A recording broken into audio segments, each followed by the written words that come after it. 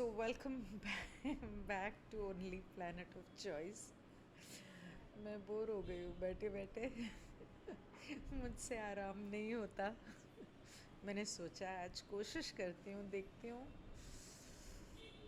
कितनी देर रिकॉर्डिंग कर सकते हूँ। तो कभी ना कभी तो शुरू करना ही है, तो कर ही लेती हूँ।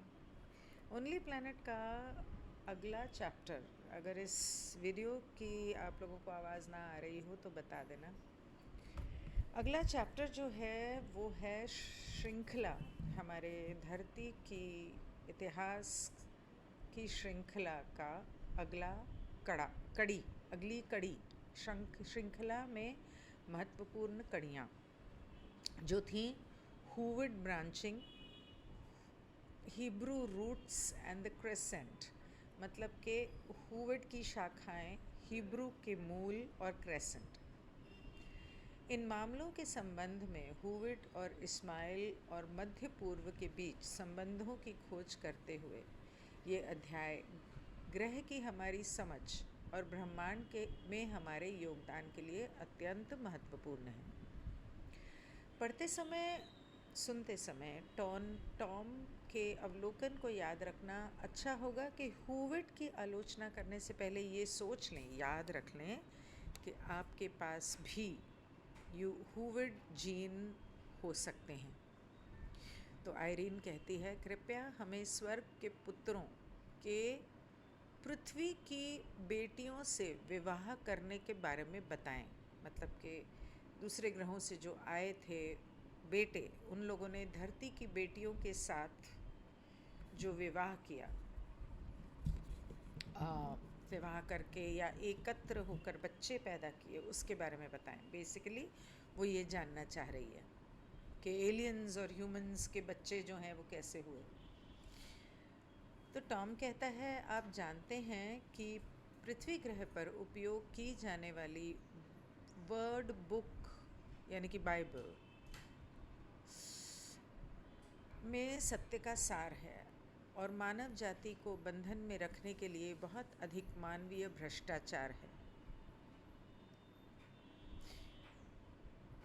बाइबल के अंदर कुछ हद तक एक सत्य है, मतलब सत्य का सार तो है, और साथ में इंसानों के द्वारा की गई मैनिपुलेशन और करप्शन भी है, ताकि इंसानों को बंदिश में रखा जा सके, एक तरह से मानसिक जेल में रखा जा सके।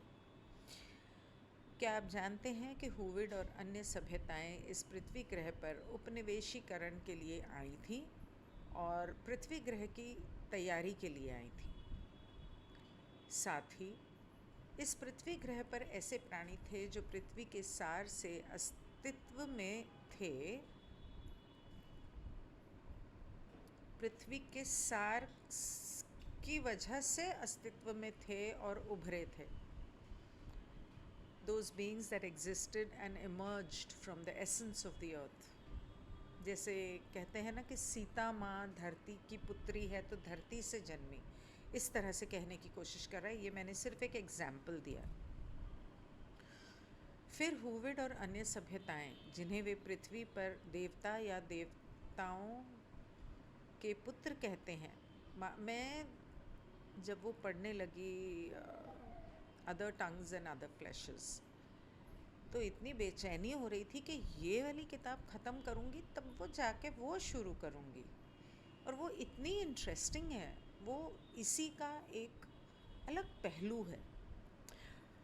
यहाँ पर मैं रुक कर ये जानबूझकर बोल रही हूँ, और इसलिए बोल रही हूँ कि ठीक है, मेरी उत्सुकता थोड़ी सी है इतिहास को लेकर कि क्या हुआ, क्यों हुआ, क्योंकि मेरी एक आदत है कि मैं हर चीज़ की जड़ तक जाने की कोशिश करती हूँ, जानने की कोशिश करती हूँ जड़ तक कि ऐसा क्यों हुआ, क्या हुआ।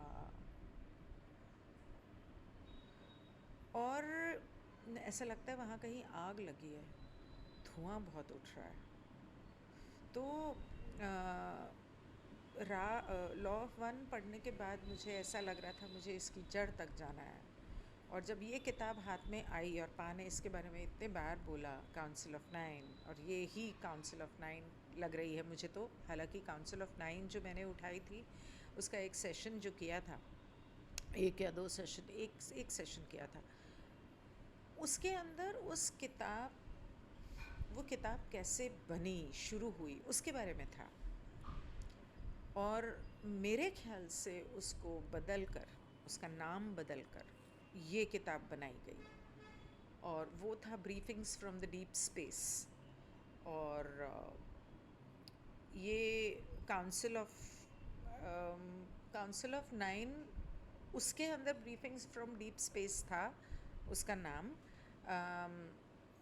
जिसके अंदर बाद में सेम यही चैप्टर और यही सवाल जवाब और सब कुछ था जो मैं इसमें पढ़ रही हूँ। तो फिर मुझे एहसास हुआ कि ये तो वही किताब है। तो एक चीज़ इन दिनों जब मैं इस बारे में सोच रही थी, या मैं वो दूसरी किताब पढ़ रही हूँ, अभी आधी पढ़ी है, तो मुझे एहसास हुआ कि हम लोग, या मैं, और ठीक है बाकी सबका भी इंटरेस्ट है, पर हम लोग इतिहास में जाने के बजाय आज और अभी अपने तरीके से मैं जानने की कोशिश कर रही हूँ, समझने की कोशिश कर रही हूँ, क्योंकि अपने तरीके से मतलब कि ये जो एलिट्स और कॉन्स्पिरेसीज़ और ये जो बीमारी और ये उसकी ये जो पिछले 4 साल से चल रहा है, और इसके बारे में जितने वीडियोस किए और आज तक भी हो रहे हैं, मतलब कि अलग अलग फोरम से अलग अलग चीज़ें सामने आती हैं, जैसे कि अंग्रेज़ी किस तरह की भाषा है जिसका इस्तेमाल जानबूझ के दुनिया में फैलाया गया और हमारा माइंड प्रोग्राम करने के लिए इस्तेमाल किया, तो वो हमारे धरती के इतिहास का आज है, बहुत रीसेंट इतिहास, मतलब पिछले 600 सालों से जो चलता आ रहा है वो है आज, जिसके तहत हमने वो फिल्म ट्रांसलेट की थी, द अनग्रिप, और वो उसका एक हिस्सा था। और उसके बाद मी इन्फिनिट बीइंग करके एक वीडियो किया था मैंने किसी के साथ, मिनिस्टर एमोवेन के साथ, जिसके अंदर बताया गया था कि कैसे हम सबको फंसाया गया है। उसके बारे में और वीडियोस करने के लिए मैं कह चुकी हूँ, पर वो इस वक्त आउट ऑफ कंट्री हैं इस वक्त, और वो मुमकिन हो नहीं पाया, लेकिन होगा जल्दी, करेंगे। उसके आगे और डिटेल में जाएंगे, उसके अंदर बहुत सारी और बातें स्पष्ट हुई थी। तो वो था हमारा आज, लेकिन हमारे आने वाले कल के बारे में क्या? तो आने वाले कल के बारे में पा ने लॉ ऑफ वन करते वक्त हमें काफ़ी कुछ बताया है, और आने वाले आज और आने वाले कल के बारे में हमें कैसे जीना है और किस तरह से एक खुशहाल धरती और एक खुशहाल ज़िंदगी की तरफ जाना है, उसका हिस्सा है कुओ चैनलिंग। इसीलिए मैं कुओ चैनलिंग के इतने पीछे पड़ती हूँ कि मैं नहीं कर पा रही थी वीडियोस, तो मैंने वैशाली से कहा था कि तुम ये वाले सब्जेक्ट्स कर दो। तो थैंकफुली वो टाइम निकाल के बहुत ही सुंदर तरीके से बना रही है वीडियोस, कि मैं तो एक एक घंटा चलाती हूँ, वो तो 2-3-5 मिनट के अंदर, 10 मिनट के अंदर वीडियो का पूरा सार उसमें बता देती है। तो I am really thankful to all of them जो वीडियोस बना के मुझे दे रहे हैं। वैशाली है, वीएस है, एक और है, 3 लोग इस वक्त वीडियोस बना के मुझे देने में लगे हैं, ताकि आप लोगों को इंतज़ार नहीं करना पड़े मेरी बीमारी की वजह से। और मैं हर बार सोचती हूँ कि नहीं, अगले महीने मैं ठीक हो जाऊँगी, अगले महीने ठीक हो जाऊँगी, लेकिन ठीक है, थोड़ा टलता जा रहा है। जब ठीक होती हूँ तो ठीक होती हूँ, जब दर्द उठता है तो अचानक ही बहुत बुरा, थोड़ी देर के लिए उठ जाता है। तो इसलिए डॉक्टर ने कहा है कि अभी आराम करो, कोई नहीं, छोटे मोटे ऐसे वीडियो करने में कोई दिक्कत नहीं है, ज़्यादा लंबा नहीं करने वाली। आपको पता मैं वैसे भी 20 मिनट से ज़्यादा वीडियोस नहीं करती। तो यहाँ पर वो बात कर रहे हैं और एक बात कहनी रह गई कि मैं कह रही थी और बीच में रह गई थी कि पा ने कई बार समझाया है कि आने वाले समय में चौथी पांचवी घनत्वता कैसी है और हमें वहाँ पर ज़िंदगी कैसे जीनी है, या वहाँ पहुँचने के लिए हमें क्या करना है। मेडिटेशन करनी है, that is the prime and most important. लेकिन मेडिटेशन कई तरह से होती है। मेडिटेशन का मतलब होता है being aware in every moment is also meditation.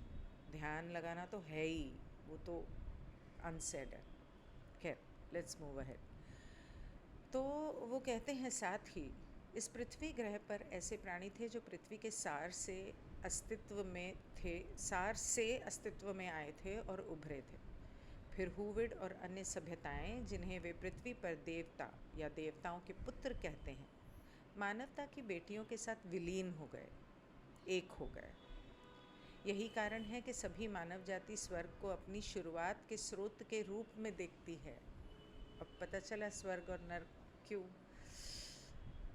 कहा जाता है, क्योंकि वे स्वर्ग से निकले थे और कुछ सभ्यताएं या उप सभ्यताएं भी थीं जो मानव जाति की महिलाओं के गर्भाधान के लिए आने में सक्षम थीं। 1 second to come were able to come for the impregnation of women of humankind and to set their stream। अच्छा, और अपनी धारा निर्धारित करने में सक्षम थी, क्योंकि वहाँ से जो ऊंची आयामों से जो दूसरी सभ्यताएं आ रहे थे, वो और उनकी उपसभ्यताएं ये मानव जाति को पैदा करने आ रहे थे। इसलिए यहाँ आके यहाँ की महिलाओं में अपना बीज डालते थे एक तरह से। और आकेसु के समय में हॉक आया, ओके। और फिर हूविड को व्यक्तित्व और दृढ़ संकल्प और शायद दृढ़ता के एक घटक के आरोपण के लिए चुना गया। हॉक के बारे में बात हुई थी, एक बार पा ने समझाया था कि हॉक जो है वो, अगर मैं गलत नहीं हूँ, अगर मैं भूल नहीं रही हूँ, तो हॉक रा का ही स्वरूप था। गरुड़ विष्णु का वाहन है और गरुड़ का बहुत महत्व है। इसी तरह रा को लेकर भी हॉक का, जो कि गरुड़ का ही स्वरूप है, बहुत महत्व है। और फिर हूविड को व्यक्तित्व और दृढ़ संकल्प, मतलब हूविड चुने गए ताकि वो अपना व्यक्तित्व का बीज यहाँ पर डाल सकें दृढ़ता के साथ। और समय के साथ हमने देखा, और शायद दृढ़ता के एक घटक के आरोपण के लिए चुना गया। और समय के साथ हमने देखा कि वे तत्व मजबूत हो गए, कभी कभी दृढ़ता, दृढ़ संकल्प और व्यक्तित्व के लाभकारी गुणों को भ्रष्ट करने के बिंदु तक। इतने ज़्यादा मजबूत हो गए कि करप्शन फैलने लगी, या जो करप्शन नहीं, मतलब कि जो उनके फ़ायदे करने वाले लाभकारी गुण जो थे, या दृढ़ता जो थी, या उनका व्यक्तित्व जो था, उसमें मिलावट होने लगी। बेसिकली वो ये कहने की कोशिश कर। फिर नाजरीन आया। नाजरीन जो हुआ का मुखिया है, हूविड्स का मुखिया कह सकते हैं, उस व्यक्तिवाद को नर्म करने के लिए यह एक बड़ी आवश्यकता थी। लेकिन हम व्यक्तिवाद या स्वतंत्र इच्छा को नहीं हटाते, लेकिन हमें करुणा का विस्तार करने की आवश्यकता थी। क्योंकि अस्तित्व की आवश्यकता में करुणा विकसित नहीं हुई थी। करुणा अब विकास का एक तत्व है। ओ, तो उन्होंने बताया नाजरीन जो था वो हुआ का हेड जो था, फिर वो आया ताकि वो इन लोगों के व्यक्तित्व को, इन लोगों के व्यवहार को, इन लोगों की पर्सनालिटी को, कैरेक्टर को डेवलप कर सके। उसके अंदर से स्वेच्छा को हटाया नहीं गया था उनके व्यक्तित्व में से, और हम वो कभी नहीं करेंगे, लेकिन उन लोगों में एक कमी रह गई थी। जीने के लिए, बचने के लिए, यहाँ पर धरती पर ज़िंदा रहने के लिए या अपना अस्तित्व जो है उसको कायम रखने के लिए इनको करुणा की ज़रूरत थी, और करुणा उन लोगों में नहीं थी, वो एक रह गई थी। तो उन लोगों में उसे पैदा करने के लिए, उनको वो सिखाने के लिए, उसका विकास उन लोगों में करने के लिए नाजरीन को आना पड़ा और उन लोगों को वो सिखाना पड़ा। तो आयरीन कहती है, लेकिन करुणा का ये सवाल अब्राहम से पहले का है। यह गार्डन अकेसू तक जाता है कि अब्राहम के आने से पहले सवाल उठा था करुणा के बारे में। तो क्या ये गार्डन, मतलब मेरे ख्याल से वो गार्डन ऑफ ईडन की बात कर रही है। तो क्या अकेसू के बारे में वो पूछ रही है कि ये वहाँ उतने पीछे तक जाता है। तो टॉम कहता है ये सही है, वे हुविट थे। अब्राहम, अकेसू, ये हुविट थे।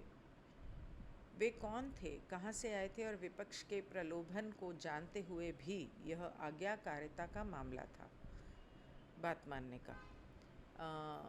हुविड ने आज्ञा नहीं मानी और तब से नहीं मानी। सभी अनुष्ठानों के बावजूद और सर्वशक्तिमान से हस्तक्षेप करने के लिए निरंतर प्रार्थना करने के बावजूद, और सभी प्रार्थनाएं सर्वशक्तिमान को निर्देशित की जा रही थी।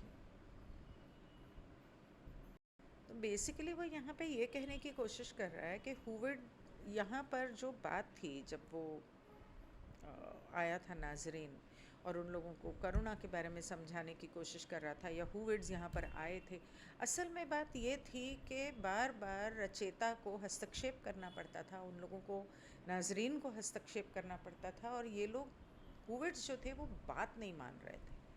बात सारी यहाँ थी, आपको याद होगा हमने एडम और ईव का एक चैप्टर किया था इसमें, और एडम और ईव के चैप्टर में उसने बताया था कि एडम और ईव जब गार्डन में आए थे तो उनको रचयिता ने ये बताया था कि तुम्हें वहाँ जाके मेडिटेशन करना है, लेकिन वो मेडिटेशन करने के बजाय एक दूसरे के साथ उलझ गए। जैसे हुविड्स जो आए थे वो यहाँ की महिलाओं के साथ उलझ गए और बच्चे पैदा करने में बिज़ी हो गए, जबकि यहाँ उनको इसलिए नहीं भेजा गया था। तो बार बार रचयिता को या हस्तक्षेप करना पड़ता था, लेकिन वो लोग मानते नहीं थे। हुविड के भीतर उच्च तत्व, मतलब उनके ऊंचे तबके के जो लोग थे, समझते हैं कि ये व्यर्थ है, क्योंकि इब्रानियों, हिब्रूज, इब्राहिम में नहीं, इब्रानी कहते हैं, क्या कहते हैं पता नहीं, यहूदी कहते हैं पता नहीं। तो हिब्रूज जो थे, मेरे ख्याल से यहूदी कहते हैं शायद, उनको जिम्मेदारी लेनी चाहिए। लेकिन वे उच्च तत्व कबाला के, वो जो कबाला के उच्च तत्व, आई एम राइट, यहूदी, उन लोगों द्वारा स्वीकार नहीं किए जाते जो अनुष्ठान में बने रहते हैं। अनुष्ठान एक उद्देश्य की पूर्ति करता है, लेकिन अन्य सभी चीज़ों को छोड़कर नहीं। यहाँ पर एक त्रुटि है, गलती है, गलती नहीं मतलब एरर बोलते हैं। उनका मानना है कि उन्हें सभी अन्य चीज़ों को छोड़कर शब्द का अध्ययन करना चाहिए, क्योंकि उन्हें लगता है कि यही उनका संबंध होगा।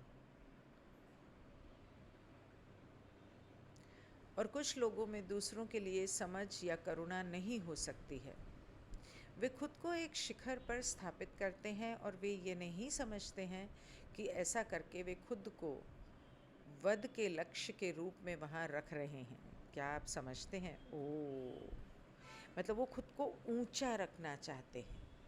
वो उनके जो तौर तरीके हैं, रिचुअल्स हैं, अनुष्ठान जिसको बोलते हैं, वो उनका एक मकसद होता है और उसका मकसद होता है, लेकिन इसका मतलब ये नहीं कि दूसरों को उससे दूर रखा जाए या उसमें जो ज़रूरी चीज़ें हैं उनको हटा दिया जाए। वो जैसे करना चाहिए वैसे पूरी तरह से करना चाहिए और वो हर एक को हक है करने का। तो वो जो ऊंचे तबके के लोग थे उन लोगों ने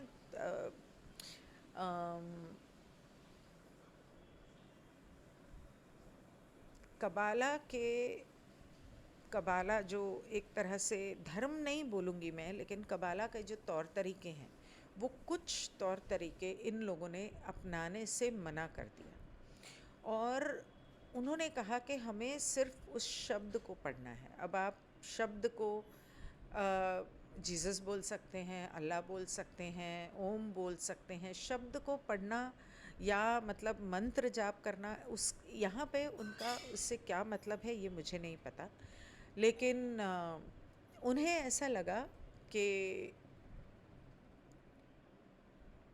कुछ लोग करुणा को और इस शब्द को समझने के काबिल नहीं हैं, तो उन्होंने खुद को भगवान बना दिया या गुरु बना दिया या राजा बना दिया।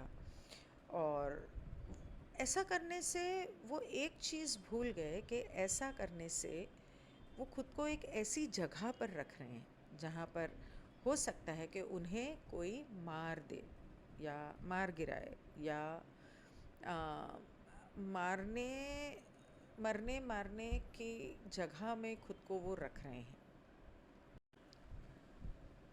तो अधिकांश सभ्य दुनिया में ये तत्व मौजूद है क्योंकि वे पृथ्वी ग्रह पर फैल गए हैं और कई गुना बढ़ गए हैं। इज़राइल राष्ट्र के भीतर वे तीव्र हैं, लेकिन आपको ये जानने की आवश्यकता है कि ये मानव जीवन के माध्यम से आया है, क्योंकि केंद्र में वे सबसे शुद्ध और सबसे कोमल हैं।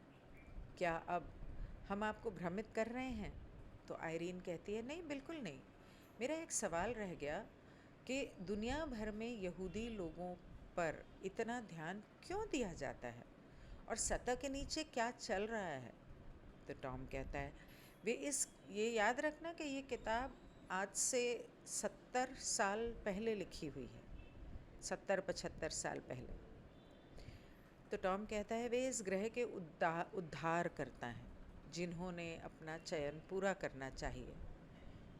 उन्हें अपना चयन पूरा करना चाहिए, मतलब उन्होंने जो चुना था यहाँ जिस काम के लिए आए थे वो उन्हें पूरा करना चाहिए। हूविड्स इन ब्रीडिंग की बाधाओं को तोड़ने के लिए 3 बार यहाँ आए हैं ताकि पृथ्वी पर उन्नति लाने में मदद मिल सके। हूविड्स का जमावड़ा इज़राइल राष्ट्र में है क्योंकि यह पूरे ग्रह पृथ्वी का एक प्रतिनिधि सूक्ष्म जगत है। ये पूरा ग्रह पृथ्वी का ये पूरे पृथ्वी का एक प्रतिनिधि सूक्ष्म जगत है। अच्छा, इज़राइल इतना इम्पोर्टेंट है। और इस प्रकार इज़राइल महत्वपूर्ण है क्योंकि पृथ्वी अद्वितीय है और ब्रह्मांड में इसके जैसा कोई अन्य ग्रह मौजूद नहीं है। इन सभी वर्षों में अन्य लोगों ने इसे बांध रखा है, लेकिन जहाँ तक मुझे याद है, और अगर मैं गलत नहीं हूँ, तो मिडिल ईस्ट से, इज़राइल वगैरह उन देशों से बहुत सारे लोग भारत की ओर आए और उन्होंने यहाँ भारत को अपना घर बनाया पिछले कुछ 100 सालों से कम से कम। तो आयरीन कहती है कि तो एक बार जब हूविड्स अपने असली स्वरूप में आ जाएंगे तो अन्य 23 सभ्यताएं पृथ्वी ग्रह पर अपना काम पूरी तरह से कर पाएंगी। तो टॉम कहता है, ये सही है क्योंकि वे हूविड्स में हट के इस तत्व से बंधे और बाधित हैं। हम हूविड्स के सार, क्षमताओं, आनुवांशिक कोड, जेनेटिक कोड, हूवर्ड्स के डीएनए जीवन शक्ति के बारे में जानते हैं। जब जब वह मुक्त होता है तो ब्रह्मांड मुक्त होता है, एक बहुत बड़ा क्रम। हाँ, तो जॉन कहता है तो हूवर्ड्स 3 बार आए। क्या आप पहली बार आदम और हव्वा, दूसरी बार अब्राहिम और तीसरी बार यीशु के बारे में बात कर रहे हैं? तो टॉम कहता है आप इसे इस तरह से कह सकते हैं, लेकिन सच तो ये है कि वे आदम की हव्वा के रूप में आए, फिर प्रत्यारोपण अब्राहम से पहले हुआ और विकास अब्राहम का राष्ट्र था। आप समझे, विकास अब्राहम का राष्ट्र था। ओके, तो मैं यहाँ स्टॉप करती हूँ। कोशिश करूँगी अगर जब ठीक लगेगा कल परसों, लेट्स सी।